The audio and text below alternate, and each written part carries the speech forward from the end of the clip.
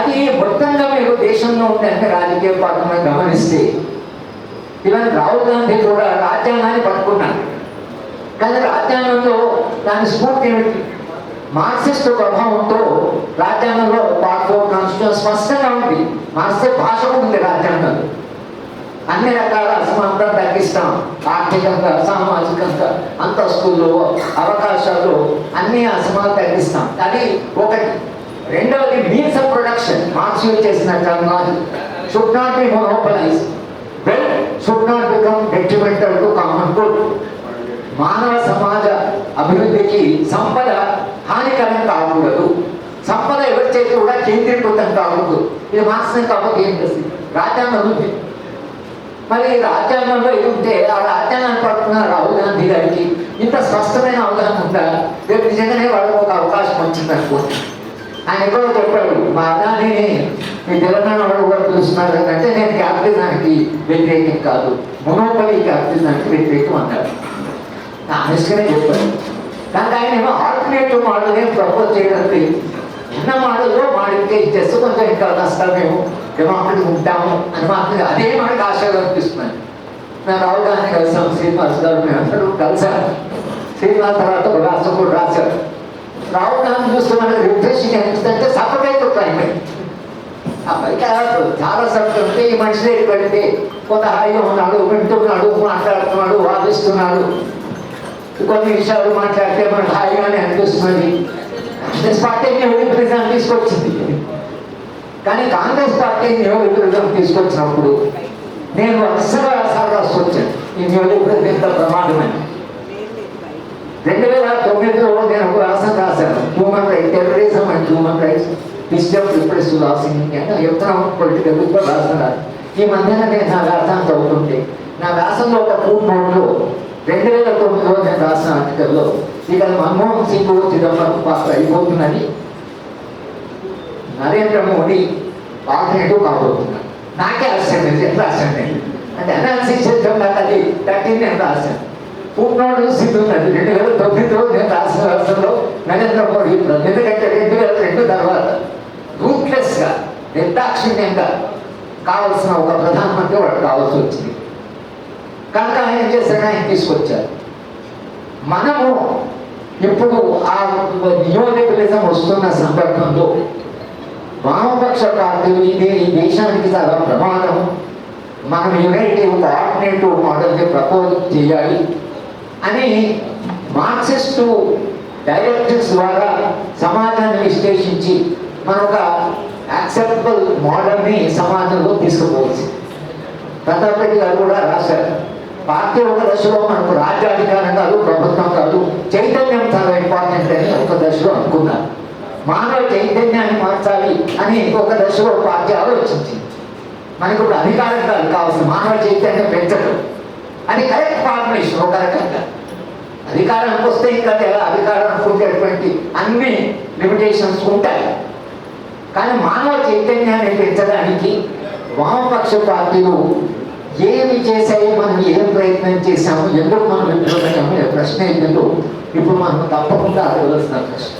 చైతన్యాన్ని పెంచుతారు. ఇప్పుడు సమాజము బాగా రాశాడు, భారతదేశం అర్ధ చైతన్య సమాజంలో సెమీ ఇన్ట్రాన్సిటివ్ కండిషన్ అంటారు.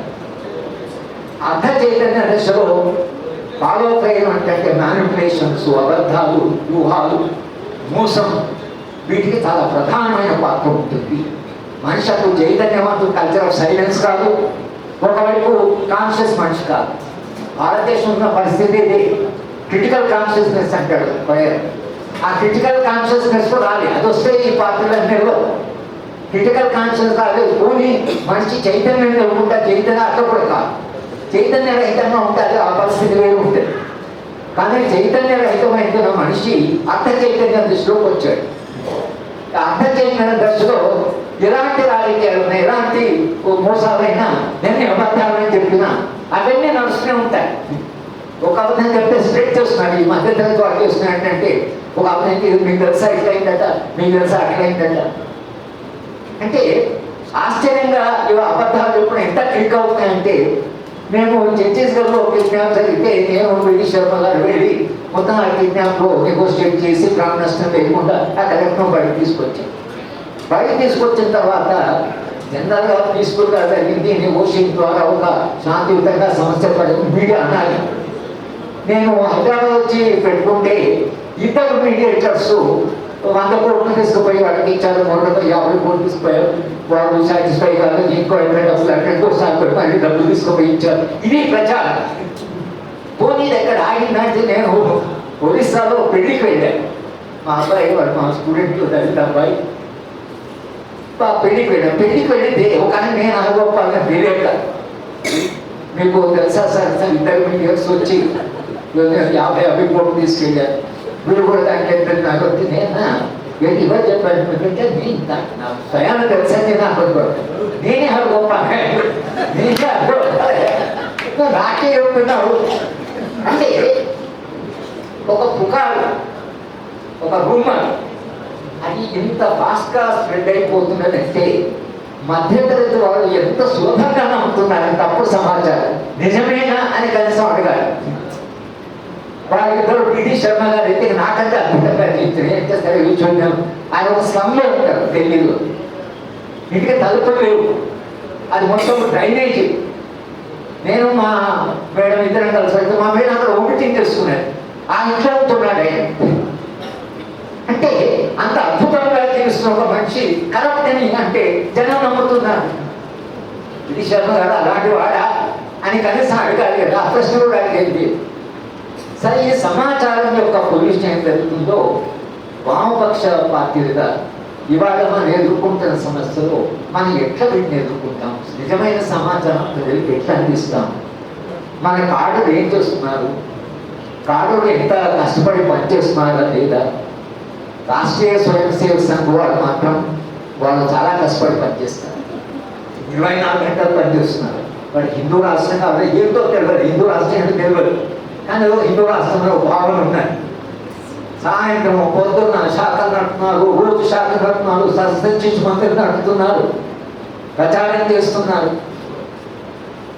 వామపక్ష పార్టీలకు ఉన్న కాడర్, ఆ కాడర్ మన విద్యార్థులు కానీ మన యువకులు కానీ కార్యకర్తలు కానీ గ్రామాల్లో మన ఎందుకు వాడు చెప్పే హిందూ రాష్ట్రం కంటే మనం ప్రతిపాదించేటువంటి మానవీయమైన సమసమాజం అనేది ఏదైతుందో అంత ఉన్నతమైన ఒక స్వప్నము ఎందుకు మనము ప్రజలకి తీసుకెళ్ళిపోతున్నాం. వాళ్ళు ఒక విశాలమైనటువంటి ఒక స్టోరీని స్ప్రెడ్ చేసి ఏదో వస్తుంది అంటే దానికి మనుషులు ఇంత ప్యాషనెట్గా పనిచేస్తున్నారు. విశ్వేశ్వర్ కానీ శ్రీనివాస్ కానీ చెప్పాలంటే మనిషి నెగటివ్ ఐడియాలజీకి పనిచేసిన కష్టంగా పాజిటివ్ ఐడియాలజీ పనిచేయడా లేదా మధ్యతరగతి అటువంటి ఏమన్నా ఉందా అర్థం కావట్లేదు, మాట్లాడుతుంది అర్థం కావట్లేదు. కానీ ఈ పుస్తకం చదివిన తర్వాత నాకేమిటంటే ఈ చరిత్ర, ఈ విభజనలు, తర్వాత భావజాలంగా విభేదాలు, ఇవి 100 ఏళ్ల చరిత్రలో పార్టీ చాలా ఆటుపోట్లు ఎదుర్కొంది, చాలా ఎత్తుపల్లాలు చూస్తున్నాయి. ఇవన్నీ చూసిన తర్వాత 100 ఏళ్ల తర్వాత ఇవాళ మనం అసెస్ చేసుకుంటే ఈ 100 ఏళ్ల చరిత్ర వెలుగులో ఈ అనుభవంలో ఇవాళ మనం చేయవలసిన పని. ఈ 100 ఏళ్ళ నుంచి మనం ఏం నేర్చుకున్నాం, ఎక్కడ తప్పు చేసాం, ఎక్కడ పొరపాటు జరిగింది, ఎక్కడ మనం సరిగా రెస్పాండ్ కాలేదు. చరిత్ర అంతవరకు కదా చరిత్ర జరిగేది. ఎందుకంటే చరిత్ర నుంచి మనం పాఠాలు నేర్చుకుంటే ప్రస్తుతాన్ని మనం అర్థం చేసుకుంటే భవిష్యత్తులో ఏం చేయాలి అనే ఒక స్వప్నం ఉంటుంది. అంటే గతాన్ని నిద్రపోతా అంటే నేను అప్పుడు హిస్టారికల్ మెథడ్ చెప్తుంటా మా స్టూడెంట్, నువ్వు ఎంత గతంలోకి వెళ్ళగలిగితే ఎంత భవిష్యత్తును చూడగలవు. అదే మార్క్స్ చేశాడు. చరిత్రని ఆదిమ మానవుడు పోయి ఆధునిక మానవుడు కాదు, ఒక మానవీయ మానవుడు దాకా ఒక సుదీర్ఘ ప్రయాణం మార్క్స్ రాసిన రచనలు. ఆ సుదీర్ఘమైనటువంటి ఆయన చారిత్రకమైన విశ్లేషణ ఏదైతుందో ఆ విశ్లేషణ వెలుగులో ఇవాళ మన చుట్టూ ఉండేటువంటి సమాజాన్ని చూస్తే, ఈ సమాజంలో సంక్షోభాన్ని చూస్తే దీనికి జవాబు మార్క్స్ దగ్గరే ఉంటేనే నేను కూడా సంపూర్ణంగా విశ్వసిస్తున్నాను. మార్క్స్ లిమిటేషన్ మార్క్స్ కూడా నేను అంతా చెప్తున్నాను. మార్క్స్ ఇంకా కొంత బ్రతుకుంటే కల్చర్ మీద రాయాలనుకున్నాడు ఆయన. ఇంకొక ప్రాజెక్ట్ ఉంది, మార్క్స్ కల్చర్ మీద రాస్తే ఎట్లా ఉండేదో మనకు తెలియదు. కానీ అంత సమయం లేకపోయినా క్యాపిటల్ అభిప్రాయాన్ని ఒక 17 ఏళ్ళు పట్టించి సర్ప్లస్ వాల్యూ దీనికి అనుకోవాలి. కాబట్టి రక్త బాధలు కూడా ఆరోగ్యం బాధించుకోవడం ఉన్నాయి, దాని కష్టాలు. కానీ కల్చర్ అనేది ఏదైతుందో అది సూపర్ స్ట్రక్చర్ బేస్ అనేటువంటి దాంట్లో చాలా చర్చ మనసులో జరుగుతున్నాయి. కానీ ప్రతాప్ రెడ్డి గారి పుస్తకం ఇవాళ ఎవరైనా చదివినా వామపక్ష పార్టీని చర్చ పెట్టి ఈ 100 ఏళ్లలో ఎక్కడెక్కడ మనం ఆడుకోవడం గురయ్యాము, ఎందుకు గురయ్యాం, అంతర్జాతీయంగా కమ్యూనిస్ట్ పార్టీలో వచ్చిన విధాల నుంచి సార్ రాశారు చైనా రష్యాకు వచ్చినట్టే. కానీ చైనా రష్యాలు కూడా వెనక్కిపోయి ఇవాళ రష్యానేమో ఉక్రెయిన్ మీద పడ్డది. చైనా చాలా ఆశ్చర్యంగా మేము షాంఘై బ్రిక్స్ కాన్ఫరెన్స్ వెళ్ళాము మేము. అయితే ఒక పిల్లలు ఇద్దరు గ్రాడ్యుయేట్ స్టూడెంట్స్ మమ్మల్ని అవి చైనా షాంఘై చూపించడానికి వచ్చారు. ఓ గార్డెన్ తీసుకుపోతే నేను అడిగి మావో సెట్ ఉంది, మీరు ఏమేమి చదువుతున్నారు అని అడిగాను. మావయ్య అని అడిగాను. ఇది మావయ్య, ఈ అమ్మాయిని అడుగుతున్నాడు మావయ్య అని. ఇంకా మావు తిడడం అంటే సార్ మాకేం తెలియదు అని. కరెన్సీ మీద ఆ మావ ఫోటో ఉంది, వాళ్ళ కరెన్సీ మీద. నేను ఆ కరెన్సీ చూపించండి కూడా ఎవరు ఓ చైర్మన్ మావో వాళ్ళు చైర్మన్ మావో అన్నా అని.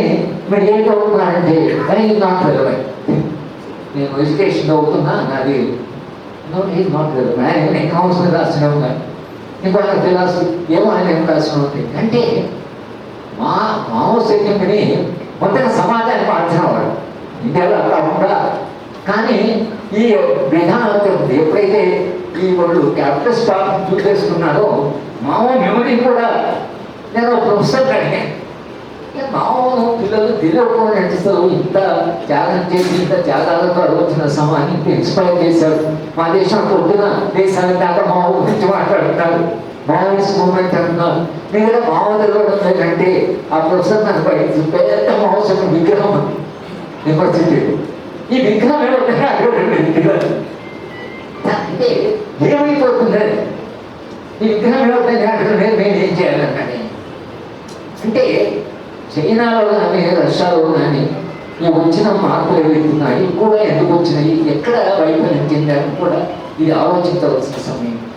అంటే ఒక రకంగా చరిత్రను మధించి, చరిత్రను విశ్లేషించి, చరిత్ర లోటుపాట్లకు వెళ్ళి గత అనుభవాలను దృష్టిలో పెట్టుకొని ఆ వెలుగులో ఇవాళ మనం ఒక సమగ్రమైనటువంటి ఆలోచన చేయవలసిన సందర్భం ఇది. భవిష్యత్ తరాలకి మనమైనా చేయగలిగితే కనీసం స్వప్నాన్ని నిలబెట్టడమైనా చేయవలసిన పని. ప్రతాప్ రెడ్డి గారి పుస్తకం ఒక రకంగా చరిత్రను అందించి ఇది గతంలో ఎల్లో జరిగింది అని వారు ఒకసారి చెప్పారు, చెప్పవలసిన సమయంలో చెప్పారు. కనుక ఆయన చేసిన కృషిని అభినందిస్తూ ముఖ్యంగా ఎస్వి గారు, భారతి గారు ఆయన వెంటబడి ఈ పుస్తకం రాయించారు. వాళ్ళిద్దరు కూడా అభినందన చెప్పి ఈ పుస్తకాన్ని ఆవిష్కరించే అవకాశం నాకు ఇచ్చినట్టు